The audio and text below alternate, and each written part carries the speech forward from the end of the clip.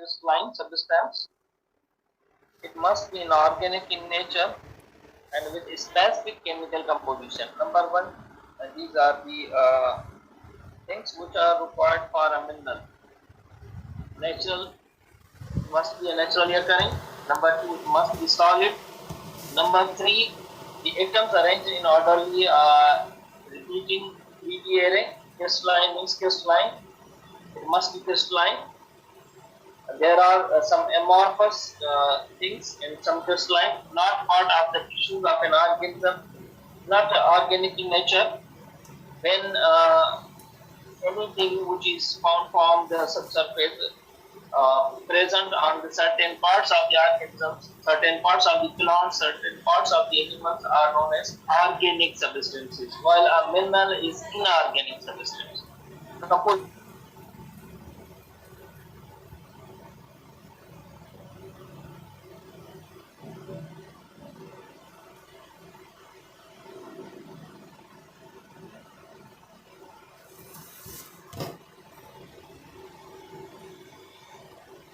you can say rock salt. Now these are the atoms which are being arranged in a manner, in a certain manner. The chemical bond, ionic bond, electrical attraction between ions of opposite charge bond strength increases with the electrical charges of the ions. Bond strength decreases as the distance between the ions increases. Most minerals are this kind of compound. Ionic bonding, you can see the ionic bonding between the covalent bonding. We are not concerned with the covalent bonds or ionic bonds. We are concerned here at this stage. You are concerned that what is mineral and what is rock. What are the physical properties of minerals and what are the rocks and their type.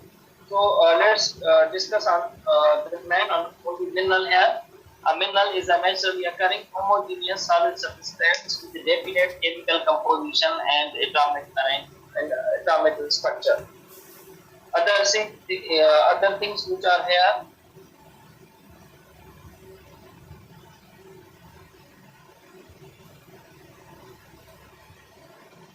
These things will cause confusion. So we are staying over here just what's mineral. These ionic bonds, covalent bonds, these things will make confusion. So you are at a learning stage. You are at initial stage. In next semester, we have a complete subject mineralogy, in which we study all the physical properties, all the other properties of minerals as well. Today you have in this syllabus, you have just introduction of minerals, introduction of physical properties of minerals, introduction of rocks and their classification. So you have to remain over here. A mineral is a naturally occurring solid crystalline substance, generally inorganic with a specific chemical composition. We are going to another slide here. Now, what is mineral? Now you people are well aware about the mineral. A mineral, I'm repeating again, a mineral is a naturally occurring homogeneous solid substance, inorganic in nature with definite chemical composition and atomic structure. Then there are certain physical properties of minerals. Those properties we can feel physically, which we can see with our naked eyes. So these are the physical properties of minerals here. Identification. Minerals are being identified on the basis of their physical properties. Each mineral has its specific properties that can be used to identify it. This is due to the fact that each mineral has its own unique makeup. So you because of that, these properties are known as physical properties. It's their makeup from which you can identify the minerals by watching with your naked eyes, by seeing, by touching them, by testing them. So we have number of physical properties here.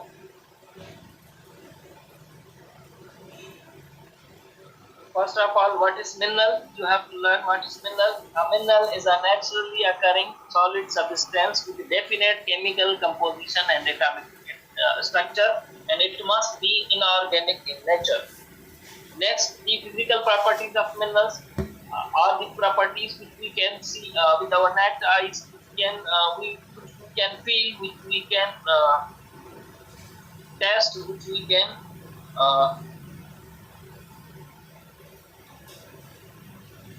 utilize. So these are the physical properties of minerals. Number one, which property is most valuable, or we can identify, or we can watch first is color. सबसे पहले हमारी जो physical properties क्या है mineral के, mineral सबसे पहले क्या है, मिनरल इज नेचुरली अकरिंग, सबसे पहले वो तौर पे मिलता हो, सॉलिड हो, ठीक है, उसकी डेफिनेट केमिकल कंपोजिशन हो, एटॉमिक स्ट्रक्चर हो, इनऑर्गेनिक इन नेचर हो। मींस कुछ जो हमें चीजें मिलती है सबसे से उसमें से कुछ ऑर्गेनिक होती है, यानी ऑर्गेनिक वो चीजें होती हैं जिसमें ज्यादा जो हमारे एनिमल्स हैं, प्लांट्स हैं, उनके कुछ पार्ट शामिल हो, और इनऑर्गेनिक उन्हें कहा जाता है जिनमें के पार्ट्स शामिल ना हो, ठीक है। तो मिनरल क्या है, it is inorganic in nature, naturally occurring homogeneous solid substance, उसको हम मिनरल कहेंगे, ये एलिमेंट्स का बना हुआ होता है, ठीक है। और यही मिनरल्स मिलके रॉक्स को बनाती हैं, जो आपके पास हमारे पास रॉक्स की डिफरेंट टाइप होती है, उसके बाद में आते हैं। उसके बाद इनकी आइडेंटिफिकेशन जो है सबसे पहले फिजिकल प्रॉपर्टीज के बुनियाद पे की जाती है। किसी भी चीज की अगर आपको आइडेंटिफिकेशन करनी हो तो आप सबसे पहले उसकी उसको देखेंगे, सबसे पहले आपकी नजर उनके ऊपर पड़ेगी, तो उस नजर से जो आपको चीजें उस पर नजर आएगी, फॉर एग्जाम्पल अगर किसी बंदे की आइडेंटिफिकेशन कर रहे हैं तो सबसे पहले आप देखेंगे उसका स्किन का कलर है, उसका हेयर स्टाइल है, उसकी आईज है, उसके दूसरे जो फिजिकल फीचर्स हैं उनके ऊपर सबसे पहले आपकी नजर पड़ेगी डेफिनेटली। तो इस वजह से उनको फिजिकल प्रॉपर्टीज कहा जाता है। तो मिनरल्स को भी जब आप पहले मिनरल अपने हाथ में उठाएंगे तो सबसे पहले जो चीज आपको नजर आएगी वो आएगा उसका कलर। तो फिजिकल प्रॉपर्टीज में सबसे पहले जो प्रॉपर्टी आती है वो है कलर। किसी भी चीज को जब आपको आइडेंटिफाई करना होगा फिजिकली तो सबसे पहले आप वो आपको उसकी सबसे पहली जो प्रॉपर्टी नजर आएगी वो उसका कलर नजर आएगा। तो on the basis of colour, colour number one, ठीक है। कलर क्या है, when different wavelengths of visible light are incident upon the eye, they are preserved as being of different colors. Three different varieties of colors receptors in the eyes corresponds to light processing wavelength of approximately 16 nanometer red, 500 nanometers green, and 450 nanometers blue violet. The eyes then interpret the color of incident light according to which color receptors have been stimulated. इस सारे का कहने का मकसद ये है कि किसी मिनरल का कलर अगर हमें रेड नजर आ रहा है या ब्लू नजर आ रहा है या ग्रीन नजर आ रहा है, तो आपको पता है there are 7 colours of light. तो जब लाइट किसी भी मिनरल्स के ऊपर पड़ रही होती है तो अगर कोई मिनरल आपको ब्लू नजर आ रहा है, इट मींस कि वो मिनरल लाइट के बाकी जो अदर कलर्स हैं वो अपने अंदर एब्जॉर्ब कर रहा है, उसी कलर को रिफ्लेक्ट कर रहा है बैक, तभी हमें वो ब्लू नजर आ रहा है। इसी तरह से अगर कोई रेड नजर आ रहा है मींस कि वो अदर कलर्स को एब्जॉर्ब कर रहा है, जिस कलर को वो मिनरल इमिट करेगा वो कलर हमें नजर आएगा, ठीक है।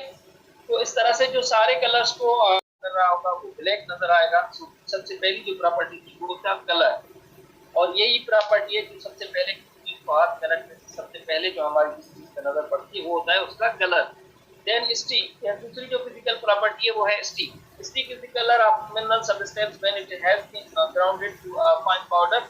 Typically, an edges of the sample will be rubbed across a porcelain plate, leaving behind a streak of finely ground material. The material is a stick sample, thus consists of powder. ठीक है, अपनी stick क्या है?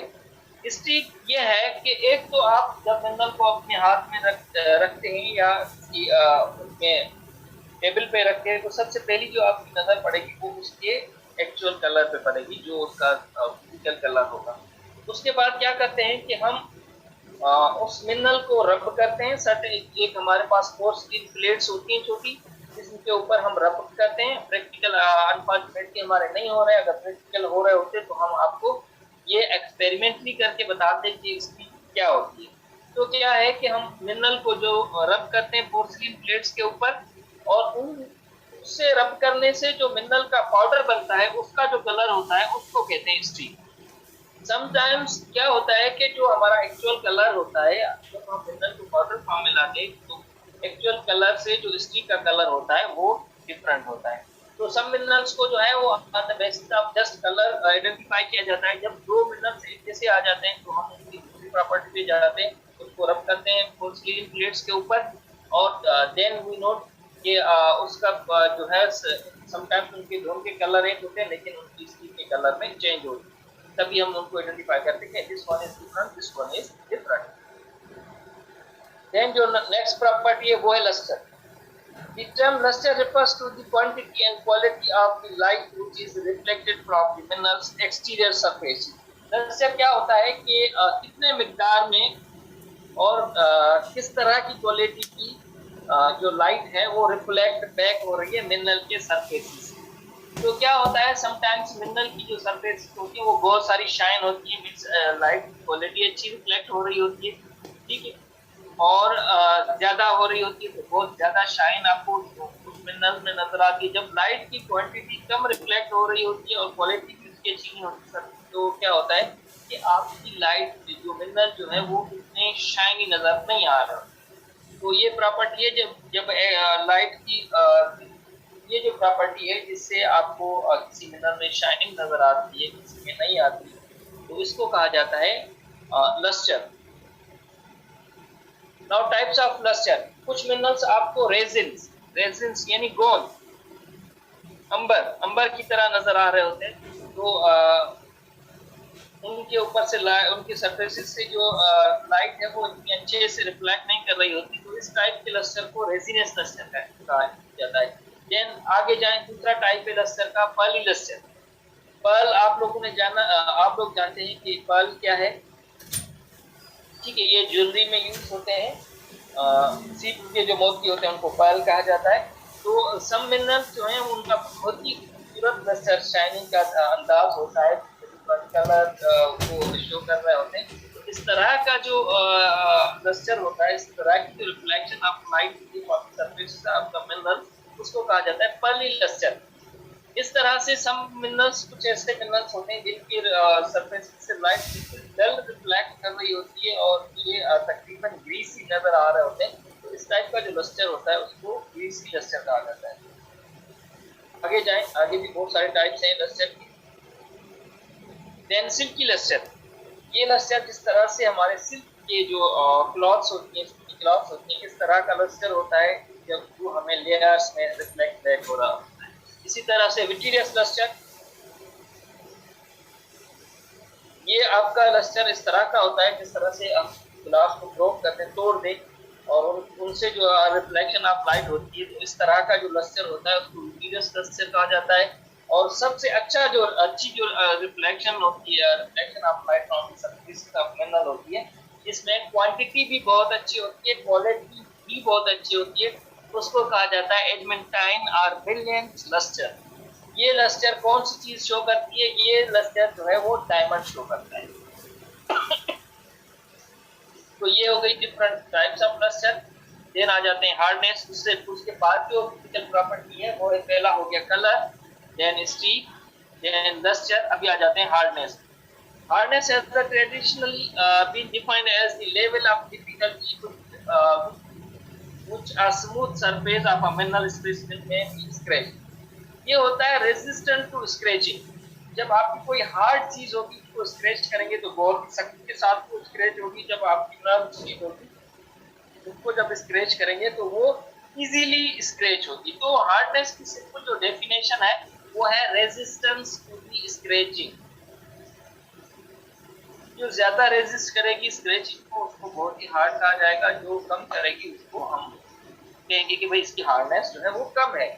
तो इसकी hardness की भी certain types हैं। हार्डनेस जो है, अब इट इज बेस्ट, एक हमारे पास साइंटिस्ट ने बहुत इसने एक स्केल बना दी है जिसको हम एज ए टूल यूज करते हैं for the purpose of hardness. इसको कहा जाता है मोल्स हार्डनेस स्केल।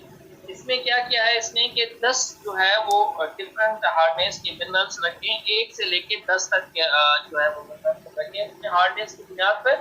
अभी इन 10 मिनरल्स से हम बाकी जो मिनरल्स हैं उनकी हार्डनेस मालूम कर सकते हैं। किस तरह से मालूम करते हैं? अभी इन 10 में उसने क्या किया, जो सबसे कमजोर तरीन मिनरल है वो रखा है और सबसे ताकतवर तरीन मिनरल रखा है। सबसे जो कमजोर है उसको नाम दिया है उसकी हार्डनेस को 1, और सबसे जो ज्यादा है उसकी हार्डनेस को नाम दिया है 10। तो हमारे पास सबसे कमजोर, सबसे वीक मिनरल है जो रेजिस्टेंस करता ही नहीं है स्क्रैचिंग को, उसका नाम है टैल्क। और जो सबसे ज्यादा हार्ड मिनरल है जिसको हम किसी चीज पे रगड़ सकते ही नहीं है, इसको जो है वो सबसे ज्यादा रेजिस्टेंस करता है टू स्क्रैचिंग। रेजिस्टेंस किस तरह से होता है, जब आप किसी चीज को रगड़ें और वो रगड़ खा जाए। तो डायमंड जो है वो कभी रगड़ नहीं खाता, टैल्क को आप जब रगड़ेंगे तो वो पूरे का पूरा रगड़ जाएगा, घिस जाएगा। तो इस तरह से resistance to scratching is known as hardness. और एक साइंटिस्ट ने एक स्केल दे दिया है हमें, एक टूल बना के दे दिया है, सेम मिनरल्स को उठा के उसमें रख दिया है ताकि हम उस टूल की मदद से बाकी मिनरल्स की हार्डनेस मालूम कर सके।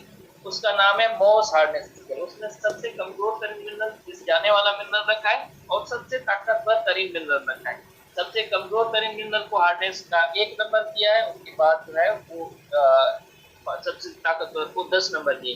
तो इसमें जो आपका टैल्क है इसकी हार्डनेस 1 है, जिप्सम की हार्डनेस 2 है, कैल्साइट की हार्डनेस 3 है, फ्लोराइड की हार्डनेस 4 है, हेपेटाइट 5, ऑर्थोक्लास 6, quartz 7, topaz 8, corundum 9 and diamond 10।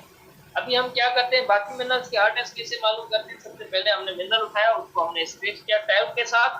जब टैल्क के साथ स्क्रैच किया तो हमने पता चला कि वो मिनरल स्क्रैच नहीं हो रहा बल्कि टैल्क जो है वो घिस रहा है। इट मींस कि उसकी हार्डनेस टैल्क से ज्यादा है। इसलिए हमने फिर नेक्स्ट स्टेप पे जाएंगे, हम जिप्सम के साथ उसको स्क्रैच करेंगे।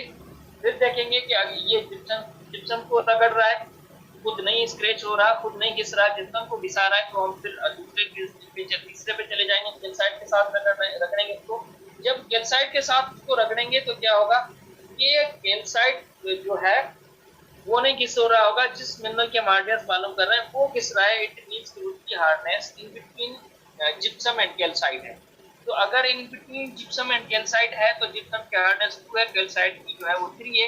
इट मींस कि उसकी हार्डनेस जो है वो 2.5 हो सकती है या इन बिटवीन 2 एंड 3 हो सकती है। तो इस तरह से हम बाकी जितने भी हमारे पास अवेलेबल मिनरल्स हैं उनकी hardness through this scale, through this tool हम मेजर करते हैं। ठीक है, अभी एक चीज मैं आप लोगों को बता दूं कि हमारा सेक्शन जो है ये जो चल रहा है उसके बाकी 9 मिनट्स रह गए हैं। इसके अलावा अगर ये सेक्शन हमारा खत्म होता है तो हम दूसरा सेक्शन स्टार्ट करेंगे, तो काइंडली डोंट गो अवे। ठीक है, तो ये आपकी हार्डनेस स्केल का जो है वो दूसरा, ये आपकी तीसरी प्रॉपर्टी बल्कि हो गई। पहली कलर, देन स्ट्रीक, देन तीसरी लस्टर, चौथी हो गई hardness.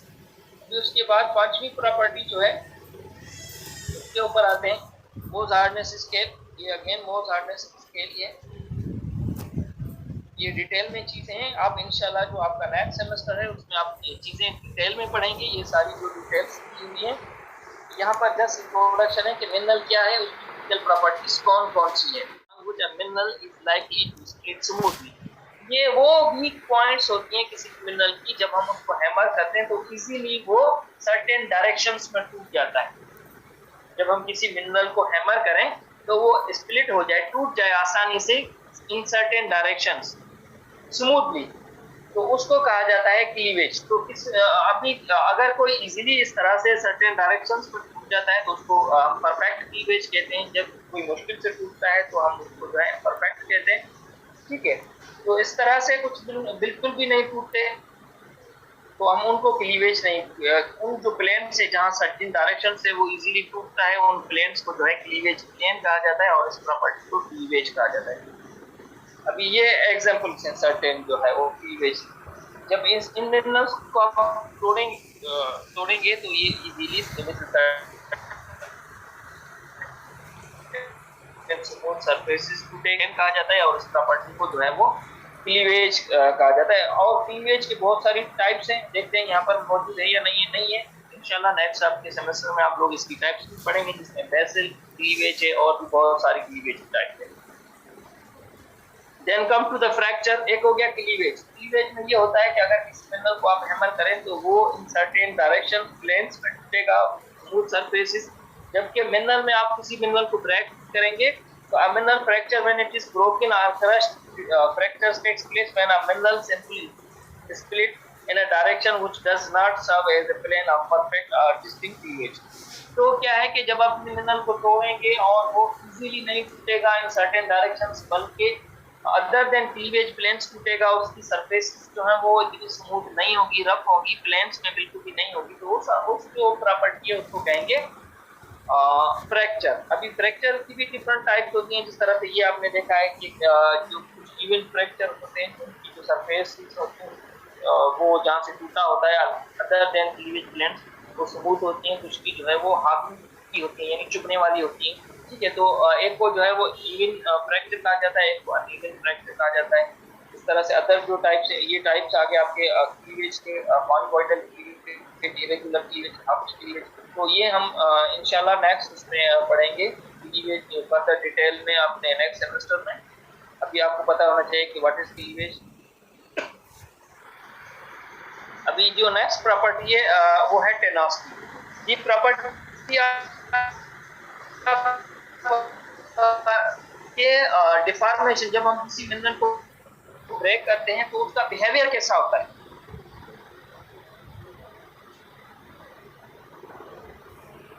Mineral to externally applied stresses such as crushing. ये मिनरल आपको तोड़ने पे, ब्रेक करने पे क्या रिएक्ट करता है, cutting, bending and striking force. सारे अमल में, क्रशिंग में उसको जब कट करते हैं, उसको जब बेंड करते हैं, उसको जब कोई फोर्स अप्लाई करते हैं, तो उस मिनरल का बिहेवियर कौन सा होता है। जिस तरह जब लोहे को आप गर्म करके आप जब उसको उसके ऊपर हथौड़ा लगाएंगे तो क्या होगा कि वो जिस शेप में आप डालना चाहते हैं तो वो डल जाएगा। उसको इस टाइप का, ये मैं आपको एग्जांपल दे रहा हूँ कि इस तरह से जो है उसका बिहेवियर कैसा आता है कटिंग को, ब्रेक करने को, क्रशिंग में। तो उस वो जो प्रॉपर्टी है उसको कहा जाता है टेनोसिटी। इस on the basis of tenacity we have various characteristics of minerals। Tenacity के बुनियाद पे बहुत सारे कैरेक्टरिस्टिक्स मिनरल्स के होते हैं। जिस तरह से ब्रिटल, किसी मिनरल को आपने हैमर किया वो बिल्कुल पाउडर की शक्ल में ब्रेक हो गया। फ्लेक्सिबल, इसको आपने जिस शक्ल में डालना चाहा उस शक्ल में ढल गया। इलास्टिक, किसी को आपने जो है वो क्या नाम है, आपने उसको बेंड किया तो वो वापस अपनी जगह पे आ गया। इस तरह मेलिएबल, इस तरह से डक्टाइल, इस तरह से सेक्टाइल, जो नाइफ से कट हो सकती, जो नाइफ से ना कट हो सकी। तो these are the different types of tenacity: brittle, flexible, elastic, malleable, ductile and sectile. These are the types of tenacity. Tenacity क्या है? Behaviour of a mineral when we apply certain forces to the mineral for deformation. Then what is next? These are the different types of tenosity: brittle, flexible, elastic.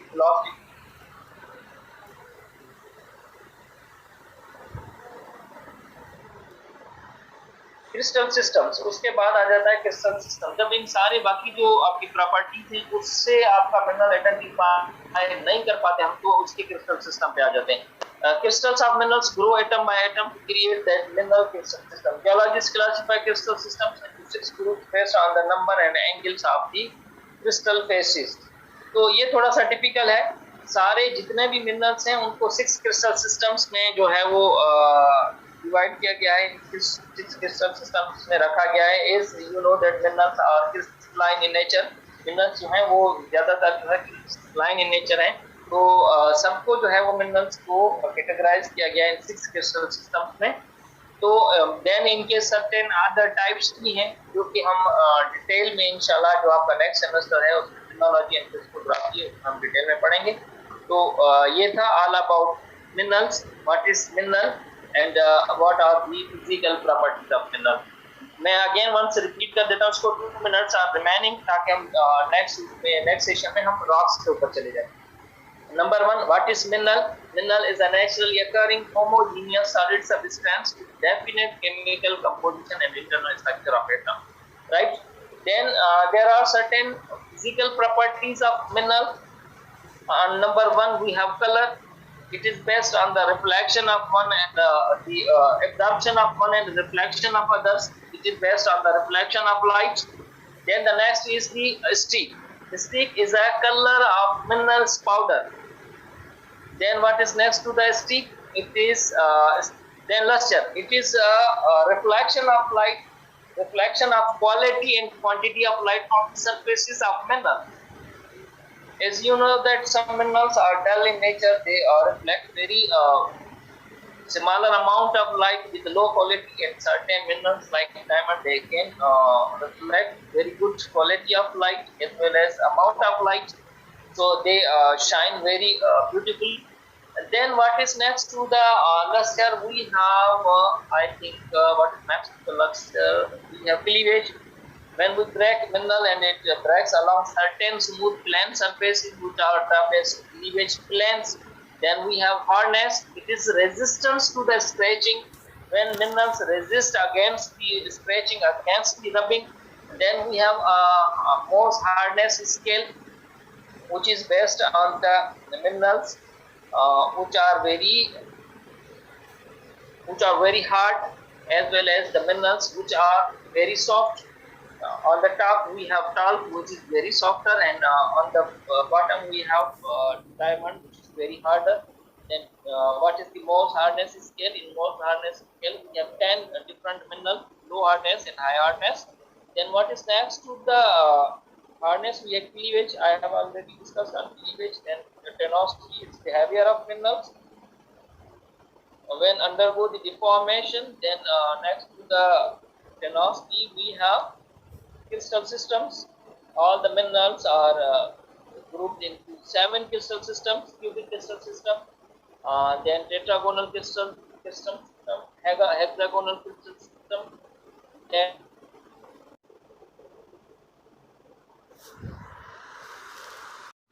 Plutonic igneous rock कहा जाएगा। अभी plutonic जो है igneous rocks है, उनमें उनकी खुसूसियत क्या है, उनकी पहचान क्या है कि उनके अंदर बड़े बड़े क्रिस्टल मौजूद होते हैं, क्योंकि उन क्रिस्टल्स को बनने का बहुत ज़्यादा चांस मिला है। क्यों चांस मिला है कि वहाँ पर जो मैग्मा है वो स्लोली मिलियंस ऑफ ईयर्स में ठंडा हुआ है, तो उससे हर मिनरल जिसकी मेल्टिंग पॉइंट आती गई वो उसके क्रिस्टल्स बनते गए, फिर दूसरा मिनरल आ गया उसकी मेल्टिंग पॉइंट आ गई, उसके क्रिस्टल बनते, फिर दूसरा मिनरल आ गया उसकी मेल्टिंग पॉइंट आ गई, क्रिस्टल बनते। इस तरह से जिसकी मेल्टिंग पॉइंट आती गई उसके अपने अपने क्रिस्टल बनते गए, और इस तरह से वो एक खूबसूरत रॉक की शक्ल में आ गया और उसके अंदर बहुत सारे crystal. Plutonic rocks can be also divided into 3 categories. ये कैटेगरी सेम है जो आपकी वोल्केनिक रॉक्स की। अभी प्लूटोनिक को भी उसी 2 कैटेगरी में डिवाइड किया गया, acidic and basic. Again same is the case with both of them. वो डार्क इन कलर होंगे और वो जो है वो लाइट इन कलर होंगे। एसिडिक लाइट इन कलर होंगे, बेसिक डार्क इन कलर होंगे। एसिडिक की स्पेसिफिक ग्रेविटी कम होगी, बेसिक की जो स्पेसिफिक ग्रेविटी है वो हाई होगी।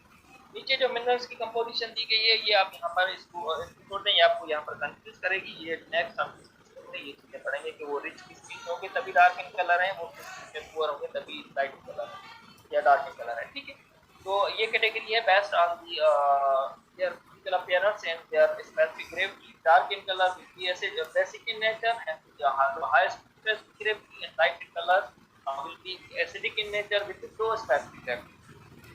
इसी तरह से जो आपके हाइपोथेसिस है उनको भी कैटेगराइज किया है जो है वो 2 कैटेगरीज में, acidic and basic, on the basis of their colour and wait.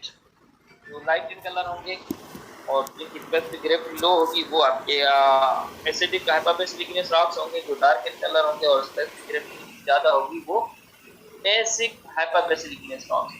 और इनके अंदर लार्ज क्रिस्टल्स होंगे विद स्मॉलर वन, बड़े भी क्रिस्टल्स होंगे, छोटे भी क्रिस्टल्स होंगे, क्योंकि ये सरफेस के करीब आके बना है तो वहाँ पर इसको इतना टाइम बनने में नहीं लगा होगा जितना कि सरफेस के अंदर ज़्यादा गहराई पर लगा होगा। वहाँ पर टेम्परेचर बहुत स्लोली कम हुआ होगा और सरफेस के करीब थोड़ा सा क्विकली कम हुआ होगा, इसलिए कुछ बड़े क्रिस्टल्स बने होंगे और कुछ को क्रिस्टल बनने का चांस नहीं मिला होगा। Now come to the next type of the rock. वो आपकी इग्नियस रॉक्स हो गई, क्लासिफिकेशन हो गई। Igneous rocks क्या है? Those rocks which are being formed by the cooling and solidification of magma or lava. Then there are 2 major types of igneous rocks on the basis of their modes of occurrence: extrusive igneous rocks and intrusive igneous rocks. Those rocks which are formed on the surface of Earth by the cooling and solidification of lava are called extrusive igneous rocks, and those rocks which are being formed by the cooling and solidification of magma beneath the Earth's surface are known as intrusive igneous rocks. Then first, extrusive igneous rocks are divided into 2 categories on the basis of composition with the aqueous igneous rocks with low specific gravity and light in color are called acidic aqueous igneous rocks, and the aqueous igneous rocks with high specific gravity and dark in color are called basic aqueous igneous rocks.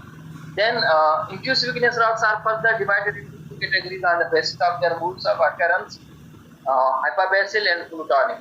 Hyperbasal, when magma gets solidified below the Earth's surface, close to the surface of Earth, and when magma gets solidified beneath the Earth's surface at a greater depth, are called plutonic igneous rocks, and when magma gets solidified close to the surface of Earth, is known as hyperbasal igneous rocks. Again, these plutonic and hyperbasal both are divided into two categories on the basis of their composition, on the basis of their weight. So light in color will be acidic with the lowest specific gravity, and dark in color will be basic with the highest specific gravity. So now the next type of the rock is sedimentary rock. Sedimentary rocks are those rocks which are being formed by the deposition of sediments. Formation of sedimentary rocks. So these are the different processes which are involved in the formation of sedimentary rocks: weathering and erosion, by which the sediments are being formed. Then transportation, by which sediments are being transported to the place of deposition. Deposition, when sediments are get accumulated. Then by after deposition, cementation, compaction, and finally lithification, sedimentary rocks are being formed. So simply, sedimentary rocks are those rocks which are formed by the deposition of sediments. And what are the sedimentary rocks? Non-plastic or chemical sedimentary rocks are those rocks which are formed by the dissolved minerals. So there are two types of weathering: physical weathering and chemical weathering. By physical weathering, physical breaking down of mineral rocks takes place, and by chemical weathering, minerals are being dissolved into the water. So जो minerals dissolve होके water के साथ जाएंगे और जाके rocks बनाएंगे, उनको कहा जाएगा नॉन प्लास्टिक सेडिमेंट्री रॉक्स। और जो फ्रैगमेंट्स जाके कहीं पे डिपॉजिट होंगे और लेयर की शक्ल में रॉक्स को बनाएंगे, तो उसको कहा जाएगा क्लासिक सेडिमेंट्री रॉक्स। अभी डिजॉल्व मिनरल्स हो जाते हैं, उनमें कौन कौन से मिनरल्स हैं? साल्ट है, दूसरा लाइमस्टोन और जिप्सम है। साल्ट कैसे बनता है? ये इवापोरेशन से बनता है। जब आपकी किसी पानी में मौजूद जो साल्ट का अमाउंट ज़्यादा है, डिजॉल्व होकर चला गया किसी जगह पे और वहाँ से वाटर की इवापोरेशन होती है, आपका साल्ट बन जाएगा। इस तरह से जब वाटर की इवापोरेशन होती है, तो अगर जिप्सम वहाँ पे मौजूद है, जिप्सम डिजॉल्व होकर गया है, तो जिप्सम बनेगा। और अगर इन्हीं सॉल्यूशन में जो आपका ऑर्गेनिक मटेरियल बहुत सारा मौजूद है, कैल्शियम कार्बोनेट मौजूद है, और वो आपका जो है प्रेसिपिटेट होगा, जिस तरह से दूध से दही बनती है, तो उससे जो रॉक बनेगी वो होगा limestone. All these three types of rocks are non-plastic or chemically formed sedimentary rocks. Now, physically or mechanically formed sedimentary rocks are being formed from the pieces of pre-existing rocks, and these rocks are being categorized on the basis of size of the sediment. जब आपके rocks जो pre-existing rocks जब उनकी breaking होती है, तो उनकी जो ब्रेकिंग होती है उससे जो फ्रैगमेंट बनते हैं, जो पीसेस बनते हैं, उनकी डिफरेंट साइजेस होती हैं। कुछ छोटे होते हैं, कुछ बड़े होते हैं। तो उसी के बुनियाद पे इनको कैटेगराइज किया गया है। जैसे शेल है, इसमें microscope grains of mud cemented together. जब आप बिल्कुल छोटे बारीक जब आपके पीसेस जो होंगे वो सीमेंटेड टुगेदर होंगे, वो डिपॉजिट होंगे, तो जो एलिमेंट जो रॉक बनेगी उसका नाम होगा शेल। इसी तरह से जो सेंड साइज के जो ग्रेन्स होंगे वो जाके डिपॉजिट होंगे, मर्ज होंगे टुगेदर, सीमेंट होंगे टुगेदर, उससे जो रॉक बनेगी उसका नाम होगा सैंडस्टोन। इसी तरह से जो उससे बड़ी साइज के सैंड से जो बड़ी साइज के जो फ्रैगमेंट्स हैं, बोल्डर साइज के फ्रैगमेंट्स कहा जाता है, वो जब सीमेंट होंगे, वो जब इकट्ठे होंगे एक जगह पे, उनसे जो रॉक बनेगी उसका नाम होगा कॉन्ग्लोमरेट। अगेन मैं रिपीट कर देता हूँ, sedimentary rocks are those rocks which are being formed by the deposition of sediments. अभी उसकी दो कैटेगरीज हैं, प्लास्टिक एंड नॉन प्लास्टिक और केमिकल। एक तो आपके फिजिकल जो पीसेस हैं, जो ब्रेकिंग ऑफ रॉक्स होती है, फिजिकल छोटे और बड़े पीसेस में डिवीजन होती है, रॉक की डिफॉर्मेशन होती है। जब वो पीसेस जाके कहीं पर डिपॉजिट हो, उनसे जो रॉक बनेगी उसको प्लास्टिक सेडिमेंट्री रॉक कहा जाएगा। दूसरा, जब रेन में या दूसरी पानी की वजह से जो आपके डिजॉल्व मिनरल्स हैं वो पानी में हल हो किसी जगह पे जाएं, वहाँ पर एवापोरेशन की बदौलत रॉक्स बनती है, प्रेसिपिटेशन की बदौलत रॉक्स बनती है, उनको कहा जाता है non plastic sedimentary rocks. Halide है, लाइमस्टोन है, जिप्सम है। प्लास्टिक में फिर जो है वो कैटेगराइज किया गया on the basis of size of sediments. जो आपके फ्रैगमेंट जब जगह पे जाकर डिपॉजिट होते हैं, उनमें उनकी जो डिफरेंट साइजेस होती हैं, सबसे छोटी साइज के जो फ्रेगमेंट्स डिपॉजिट होंगे उनसे जो रॉक बनेगी उसका नाम होगा शेल। उससे बड़ी साइज के जो फ्रेगमेंट डिपॉजिट होंगे उनसे जो रॉक बनेगी उसका नाम होगा सैंडस्टोन। और सबसे बड़ी साइज के जो रॉक फ्रेगमेंट जाके डिपॉजिट होंगे उससे जो रॉक बनेगी उसका नाम होगा conglomerate. So this is all about sedimentary rocks. Let's go to the metamorphic rocks. This is third type of the rocks. When pre-existing rocks, either igneous rock, metamorphic rock, or sedimentary rocks are being subjected to the temperature and pressure, metamorphic rocks are being formed. जब आपके pre existing जो rocks हैं, चाहे igneous हो, metamorphic हो या sedimentary हो, उनके ऊपर प्रेशर